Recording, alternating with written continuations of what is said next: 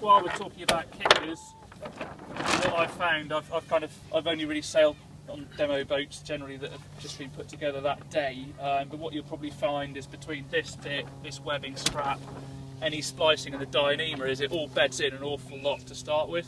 And you'll find that, you know, if you set a maximum off knot that looks all right, sort of, you know, to start with, then it's kind of gaping, you know, twisting, you know, looking like a Genoa or something like that.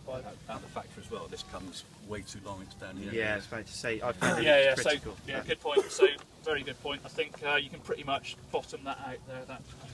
What I found with especially the 16th one is that webbing length is absolutely critical to be able to get the right swing on the clip. Enough travel, basically. Yeah, you run out. So that is about, I think, about spot on. Yeah, so that's a good point for us, because if Russ even kind of pulled the extra 20 mils out of that sort of primary there, he'd probably still be bottoming this out when it's windy upwind. So you need all the sort of travel if you opt for the Russell Hopkins 16:1 Pro Grab.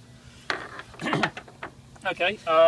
I didn't quite get that. So what happens if you let it too far forward? This just gets too Well, far. no. So if you let this off, so out of the factory, this piece of string here is quite loose. So this holds all of this webbing is kind of here, and then that means the distance between there and there is less. Yeah. So it means that if you're having the thing about it 16:1 is it uses up loads of travel, so it bottoms out. So between having enough off for a light wind run, even 8:1, they go block to block. Yeah. But what's the disadvantage of moving it the other way back? There isn't any really. Oh, okay. As far as I know, I mean, you know, if you're being really techie and geeky, you could say that it pulls the boom from a slightly different angle. But yeah, it pulls it forward as opposed to down. Yeah, but I think, you know, for the purpose of the exercise, the difference between a couple of degrees, forget about it. It's all fine.